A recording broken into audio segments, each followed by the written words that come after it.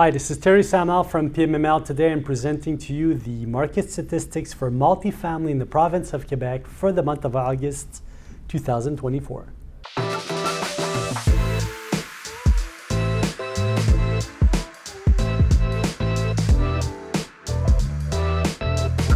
An impressive month, 2024. We had a lot of transactional volume in the province of Quebec, once again showing that Quebec is very resilient in today's market and that liquidity was present also for these transactions to happen.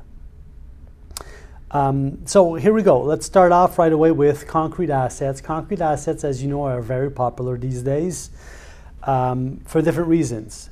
The critical mass behind also the quantity of units that are sold in each transaction for concrete assets is also important. So we're feeling the convergence of the buyers going towards the concrete assets as we predicted over time, and also towards new purpose-built and very well located assets either in downtown cores or along the transit-oriented development sites. As you know, Montreal is extending his subway system, his underground rail system basically, and is increasing express bus services with express reserved routes on the eastern part of Montreal, which is creating a lot of possibility of building new assets and their zoning changes, etc. So we're seeing the skyline change close to the Olympic Stadium, which is mid-eastern part of the island, which is about a drive-in distance normally of about half an hour outside of traffic time to downtown Montreal. And if you're using public transit, just about the same thing. So let's talk about two transactions that took place in downtown Montreal. Two assets totaling 357 units. 357 is an important number. Once you go over 300 units and you have a concrete signature style asset with a critical mass of number of units located in the same area, close to public transportation and close to commercial strips, well, that's where you get your capacity to get rents. And that's a classic. Wherever you go across North America right now, that's the story. So this is the case with these two buildings, two assets. One built in 2019, 160 units, and the other one built in 2015. Both sold at the same time for an average price of per door of $322,000 and a total sales price of about $102 million. Okay, so what I want you to remember here is that we have a 2015 asset, which is 157 units of those 317 units that sold for $318,000 per door, approximately. Then we have close to it, a 2019 asset that's selling for about $8,000 per door more. We have 4 years separating those assets in age. So the style, there's a lot that changed between 2015 and 2019 here. So it's interesting to see that even though we have that 4-year gap, we have two assets trading just about at the same price, which is a $322,000 in average. So my message here to you is, whoever bought an asset between 2014 and 2019 and that's selling it back in the market where you're going to have assets maybe between 2018 and 2022 is probably going to be selling it at the same price. So those people bought it before, capitalized more, paid less per door for their buildings, and now they're selling them back at the same price as buildings that were built a few years after. So it's interesting to see that. I don't think you could go wrong if you're buying a new asset and you're going to get maximum financing out of it through the MLI, through whatever CHMC program that exists out there, and you're pulling out the equity. I think the risk is calculated in a context where the interest rates are going down and the capacity to raise rents are there and the fundamentals are high. It makes sense to buy it because whatever happens, you're going to be able to sell that back at a good price. And here, the critical mass of 300 units is important because REITs, private investment funds, REITs, heavy private buyers, family offices, etc., are going towards that critical mass of units because they know that they're always going to be attractive to the market. That's that's what the market's looking for right now. So all the heavy buyers are looking for a critical mass of 300 doors and above. And this one is 317. Okay, so that being said, let's stay close to the western part of Montreal. That was sold in the western part of downtown Montreal. If we go a little bit more west of that, we're going to fall into the Côte Saint-Luc area. We have 5 assets, construction, 5 buildings that are between 40 and 48 doors each, a total of 223 doors. 1970-71 construction that went in average for $233,000 per door, even though they're 1970 to 1971 construction. Really interesting. Now, there's a difference in value, I'd say, of about $30,000 in this category of assets if you're comparing the western part of Montreal to the eastern part of Montreal. My question to you is, how about rents? Now, this is the thing, and this is the same thing that's going on in Ottawa right now. It's the same thing that's going on in Toronto right now. If you're able to be close to a subway station, public transit, with the cost of living today, you could be in the eastern part of Montreal and accept the fact that you're going to have an extra 10 minutes of subway to do to get down to downtown Montreal, 10 or 15 minutes, but that your rent is going to be way lower, and you're going to be in a district where that's in development right now, maybe a little bit more trendy, maybe with a little bit more amenities that are more critical and important to a younger type of clientele. So that's what's going on right now. So, you know, if you and now the western part of Montreal always sold price per door a little bit higher than the eastern part of Montreal, if you're excluding the Plateau, which is a central district, Westmount, Outremont, and those areas. There's not that many multifamily built in Westmount. There is on the Highway 40, and those went pretty high per door.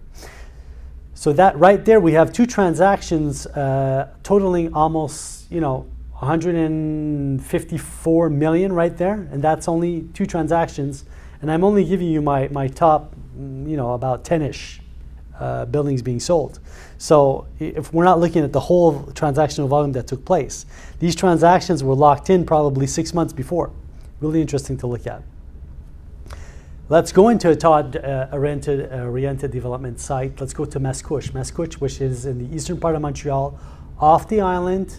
You need either to take your car and go through, I mean, incredible traffic to get to downtown Montreal.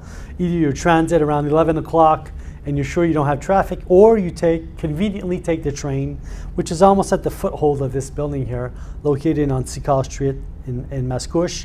2024 construction, purpose-built, 106 units, went for $345,000 per door. That's a good price. That's an excellent price for a concrete asset, 106 units. But of course, it's purpose-built. And there's an advantage of going purpose-built because you could either lock it in with parameters like price per door, fundamentals, of course, you could lock them in with fundamentals. You could lock them in also with a cap rate, with return between the interest rate, etc. That's a little bit more risky, though people don't want to go there. I don't think you could go wrong these days if you're building an asset in concrete. I know that a lot of the contractors didn't want to take that risk in the past 2 years because of the fact that the interest rates were so high, but these development projects lifted off the ground anyways. And you know, a lot of this was private investment fund and REIT money that built these assets, and some of these private investment REIT money funds were just waiting for these assets to be built, stabilize, auto-assessed, and then pick them up after. So there's all kinds of ways of doing it. But it's just to show you that Todd-oriented sites are very popular once again. Quebec City, for those who know Quebec City, when you drive in on the North Shore from Quebec City, you're going to drive into Sainte-Foy, which is the city before the city, basically. And we have 217 units, 1972 construction, went for $164,000 a door. Actually, we have 213 units and 4 commercial units in this asset.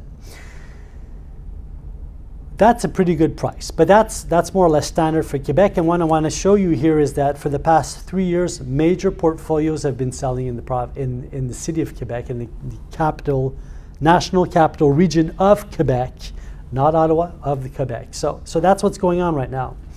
And there's going to probably be a few more to go. A lot of those assets have already changed hands. What's going on in Quebec City? Well, a lot of people are either selling off their buildings because they're coming up to that age, their portfolios, or they're going towards new purpose-built assets. And if they're going there, you have to cross the river and go into Lévis. Lévis is being ultra developed right now. You're going to be really surprised of seeing if you go visit Old Quebec and you go on the waterfront and you walk on the boardwalk and you look across the river, the skyline is going to completely change in the next 5 years. You're going to be really impressed about that.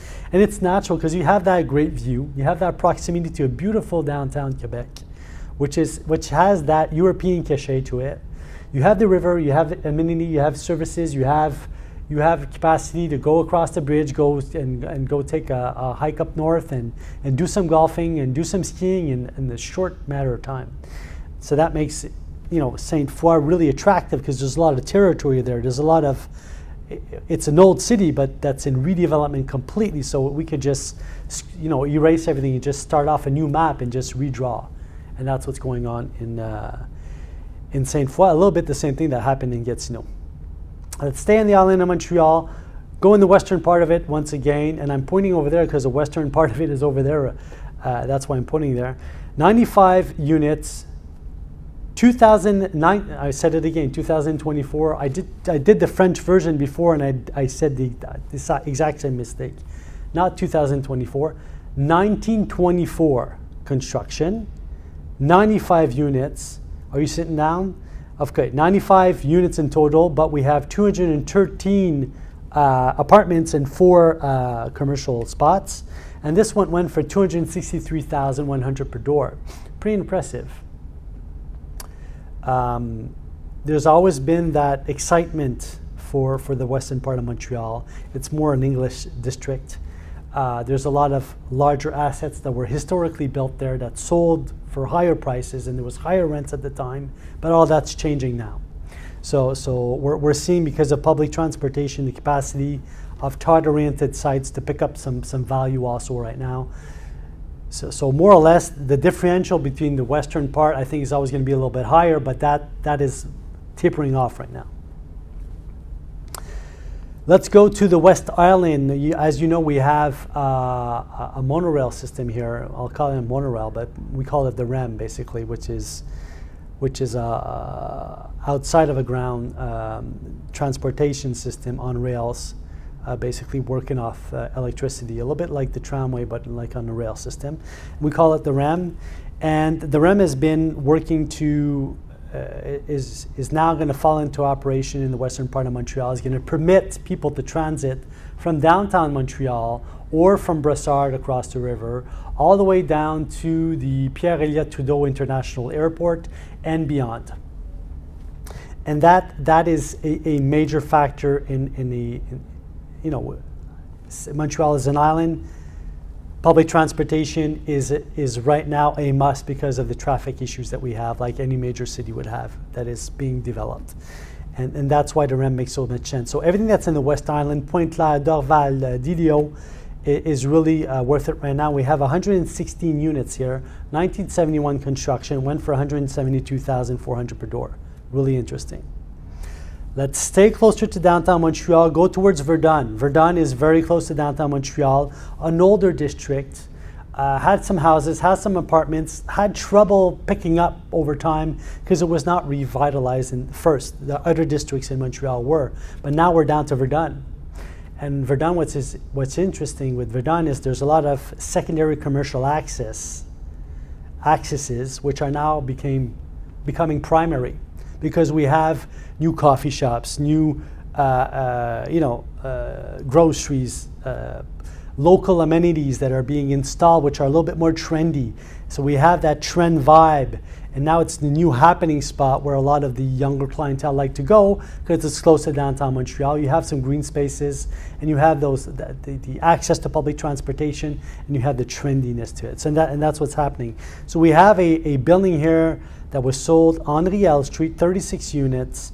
I visited that asset. A member of my team brought the buyer, and then another member here at PMML had the listing.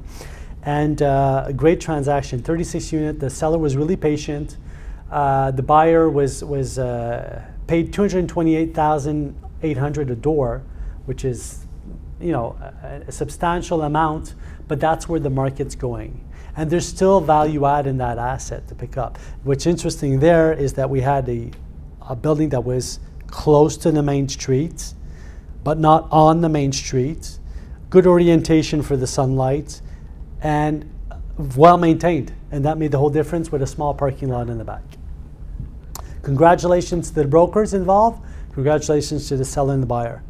Let's stay in Verdun, 97 units. Now, I'm going to talk to you about two transactions that took place below $100,000 per door, but don't forget that we had in June the capital gain inclusion rate changes, and that we had some people that were late in transactions. So you know, we're seeing transactions below 100,000 a door. That's what I want to say. And I have two of them. I have one in Verdun here, and I have another one that took place in Saint-Jérôme in the northern part of Montreal.